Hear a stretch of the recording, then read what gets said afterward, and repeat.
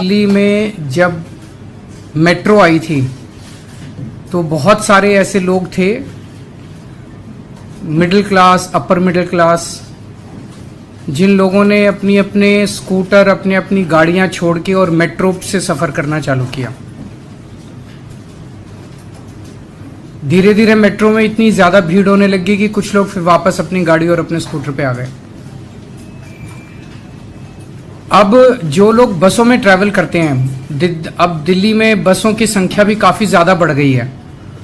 बसों में कोई बहुत ज़्यादा भीड़ नहीं होती जो हम लोगों ने अभी सर्वे कराया, लेकिन फिर भी एक लोगों के दिमाग में वो है कि बसों में आप देखेंगे अक्सर केवल लोअर मिडिल क्लास या लोअर क्लास के लोग, इकोनॉमिक क्लास के लोग ट्रैवल करते हैं।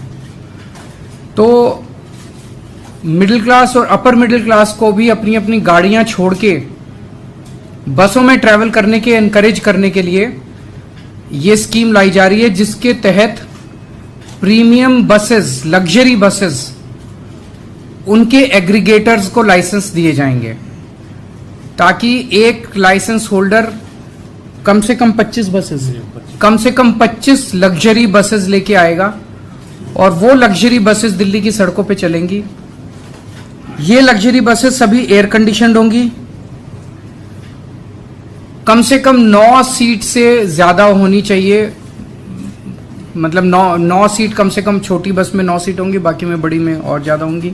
इन बसों में वाईफाई होगा, जीपीएस होगा, सीसीटीवी होगा।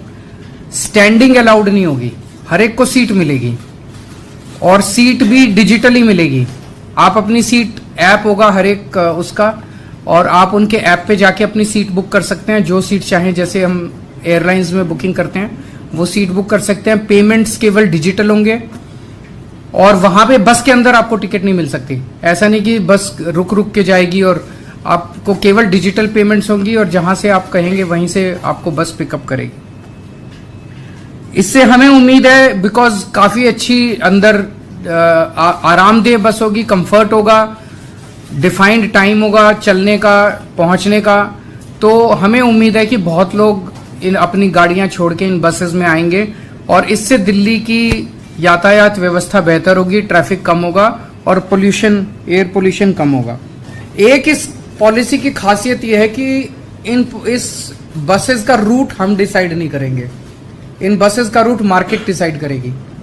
जहां उनको लगता है कि ज्यादा उनको सवारी मिल सकती हैं, वो बसेस उन एरियाज में ज्यादा चलेंगी, तो जाहिर तौर पे उन एरियाज के अंदर ट्रैफिक ज्यादा है वो कम होगा, तो ऑटोमेटिकली उन एरियाज के अंदर ट्रैफिक कम होगा।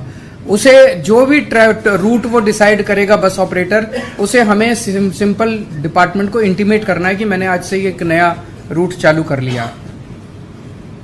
और अब दिल्ली पूरे देश का पहला शहर होगा जहां पे इस किस्म की बस एग्रीगेटेड, प्रीमियम बस एग्रीगेटर स्कीम आ रही है। और मेरा अपना मानना है इससे दिल्ली के लोगों को बहुत बहुत सुविधा मिलेगी, ट्रैफिक भी कम होगा, अच्छा ट्रांसपोर्ट भी मिलेगा, वर्ल्ड लेवल का ट्रांसपोर्ट मिलेगा और पोल्यूशन भी कम होगा।